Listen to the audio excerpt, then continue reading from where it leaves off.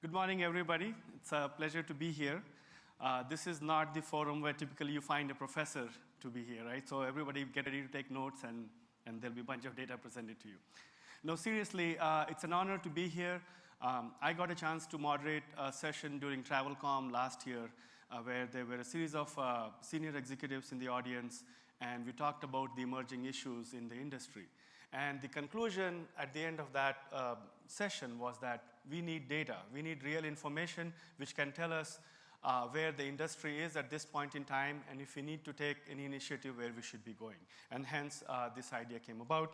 As Ken mentioned, this is a study which we have undertaken in partnership with Vantage Strategy and iPerception.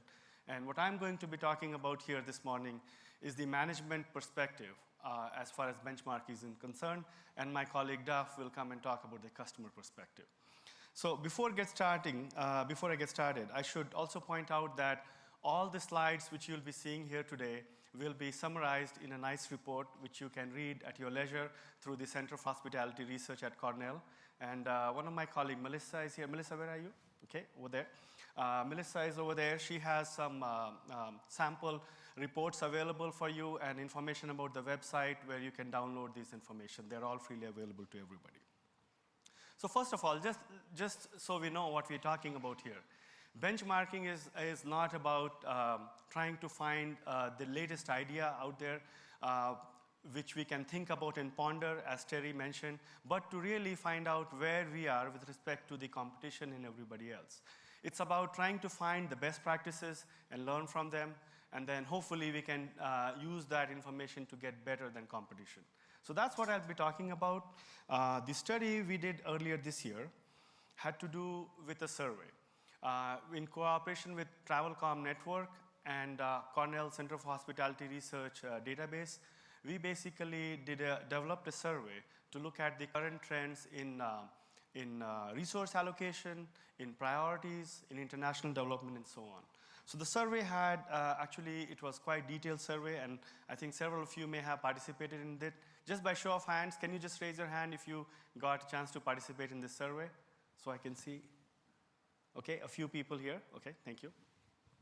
What we did is we developed the survey and we launched it to the responsible marketing executives, primarily from the destinations and from the accommodations industry. And we tried, because this was the first time we had done a study like this one, we tried to focus mostly on the North American market, although there were few respondents from other parts of the world as well. So what I'm going to do is quickly jump into the results. And as I mentioned, there'll be a lot of data presented to you. I'll try to go through these slowly, but again, these will be available to you in detail later if you want. The survey was done earlier this year during the January and February 2011. And again, the survey was developed based on input from several of you in the room. We have, at Center for Hospitality Research, we have an elaborate database of folks who registered to download reports from us. And in the process, they also disclose their functional areas and what part of the world they are located from. So we were able to put together a comprehensive list of about, I think, 7,000 or 8,000 individuals who were qualified to take the survey. We sent them an email and we invited them to participate. And this was for our own free will. There was no other incentive for them to participate in the survey, but to get a copy of the report customized for them and attend this nice conference, which we are all here. So final sample size is 426 after excluding anybody who started the survey, did not complete it, or if there are any problems. These are all industry perspective, as I said. So very quickly, in terms of breakdown, the respondents can be put together in three broad categories. The accommodation folks, they are close to 300, and about 87 from the destinations, and then the remaining 48 are from the other category, such as, let's say, a government agency or a not-for-profit organization, and so on. We have discarded them for this particular study, as far as I'm presenting today. Let's look at the information in a little bit more detail. First, the great news I see is that industry is seeing that marketing and online distribution, all of these are important priorities, and therefore we should be investing more in this region. And therefore, what you see is, compared to last year, the survey respondent, overwhelmingly, about 65% of them, have said that their budget has gone up this year in the destination market. And they also expect the budget to be much higher next year. So I think next year, if we do the session here, I have a feeling we'll fill this room without any problem, with 70% increase there. Other number to benchmark is the average budget. And we see that the average budget is actually quite small for the destination marketers. When you compare this data with the accommodation industry, you see almost similar trend. The budgets have gone up compared to last year, about 65%, two-thirds, same amount, and they're expected to go even higher the next year. But what we do see a major difference between the two segments is that the size of the budget. There's the order of magnitude is one order higher, and so on average, the budgets are over 1.35K compared to, 1.3 million compared to 136K. So you have one order magnitude different. I don't know if this is representative of your organization or not, but there's a huge difference between the two. Let's look at some other aspects of budgeting and how resources are allocated throughout different departments. So what we have done is, in a series of slides right now, I'll show you how the departments are constituted. By that I mean, if you have a budget, who is responsible for it? Is it the marketing department? Is it the revenue management, sales, operations? If you have staff, where are they based? Are they in marketing, operations, and so on and so forth? So I'll show you a series of slides about that. First of all, and by the way, before I go through this, one dominant theme you'll see is that the destinations are very heavily dominated by marketing professionals in terms of making all sort of decisions I will discuss. But in accommodation industry, these decisions have been delegated to a large number of departments, much broadly separated. For example, if you take a look at these two departments here, online marketing services team and the e-commerce team. The people who are responsible for these two departments, as you can see, among destinations, majority of them are in the marketing departments. But if you look at compare them with accommodations, you see a lot smaller numbers in the marketing department. Revenue management as a discipline seems to getting a lot more prominence in the accommodation industry, as we would expect, right? And so you start seeing that, especially in the e-commerce team, 40% of those are now based in the revenue management department. Let me show you a couple of other departments here. So if you look at the pricing and distribution strategy, these are two linked decisions.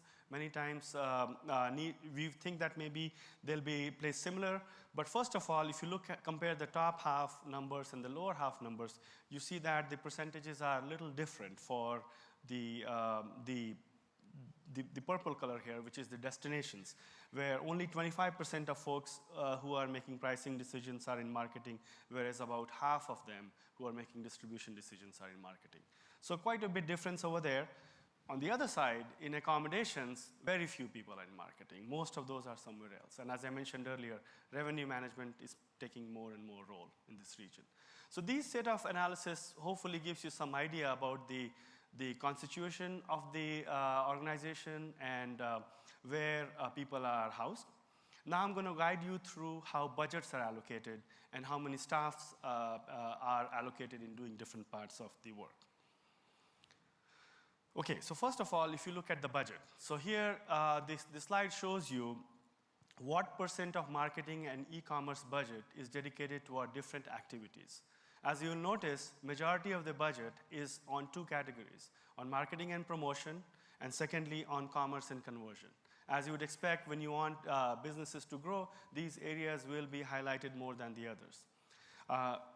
Now, I don't want, because this is a benchmarking study, I don't want to give a lot of my own personal opinion added to the results, but I will say about this one part that looks like analytics is getting a lot less importance than it should get. Because I think, as we heard earlier this morning, there's a lot of data, there's a lot of information.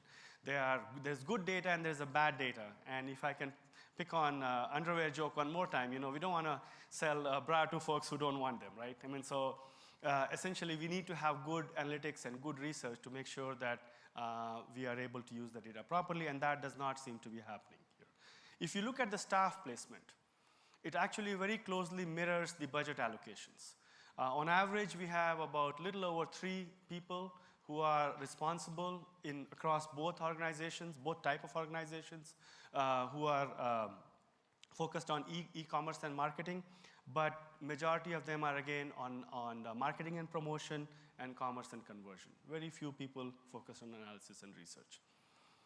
All right, so let's continue with some more information. Next, I show you the budgets. So we had asked folks to give us information about how much they spend on online advertising. And in this case, I decided not to show you data in terms of percentages, but show you the raw data so that you can see the actual trends. And again, what you notice is that even though we can sense that the world is changing in terms of how online marketing can be used in many different ways, in a very effective way, the majority of companies are spending less than $10,000 a year. And that green bar over there on the lower part of the screen is the longest one for all of them. And in fact, if you look at the averages, what we see is that in this case, destinations seem to be on average paying slightly higher amount of attention to compared to the accommodation industry, where the average is only about $60,000 a year compared to $80,000. So, so takeaway from here is that I think the budgets are a lot lower than where it should be because there's just a lot more opportunities in the area. And so my earlier point about being wise to learn from the best practices and maybe even surpass them hopefully makes sense around here. Okay, so let's look at some other budgets here. This is the portion of the budget dedicated for online media placement. So if you want to place some media on various sources, what percent of the budget gets allocated? And what we find is that, again, most of the organizations are not spending enough attention to the online media placement. The biggest bar is at the less than 10% level.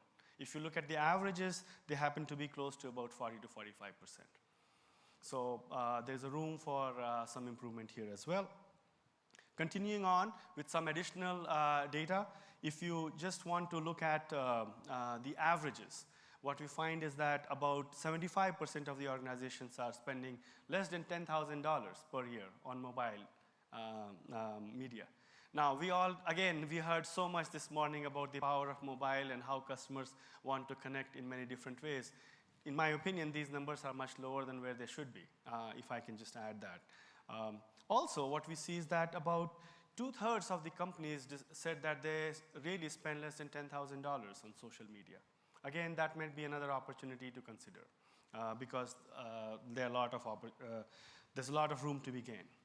Now, after this, there were again some other data related to what I presented so far about how the money is spent, how the staff time is allocated, and what the international priorities are. But I'm going to skip some sections and move to where how some of these decisions are being made. So, for example, how do we figure out which organizations we should purchase information from, which organization we should hire to help us in making our products be available and so forth. And along those lines, this is the first set of results where we asked the marketers, tell us how you are placing your online media and advertising. And what is interesting to see here is that most of the organizations are taking help from a large number of companies. So you see the multiple agencies are being used quite a bit. There are few, about 20-25% or so companies who just use one organization. But then a lot of work is being done internally. In fact, close to 35 to 40% of companies are doing most of the work internally. The issue to think about here is that are each organizations qualified to do the work internally? And nobody can answer that but you. So you know your company's best, and it may be worthwhile to check if you should be hiring an online advertising firm and doing this yourself.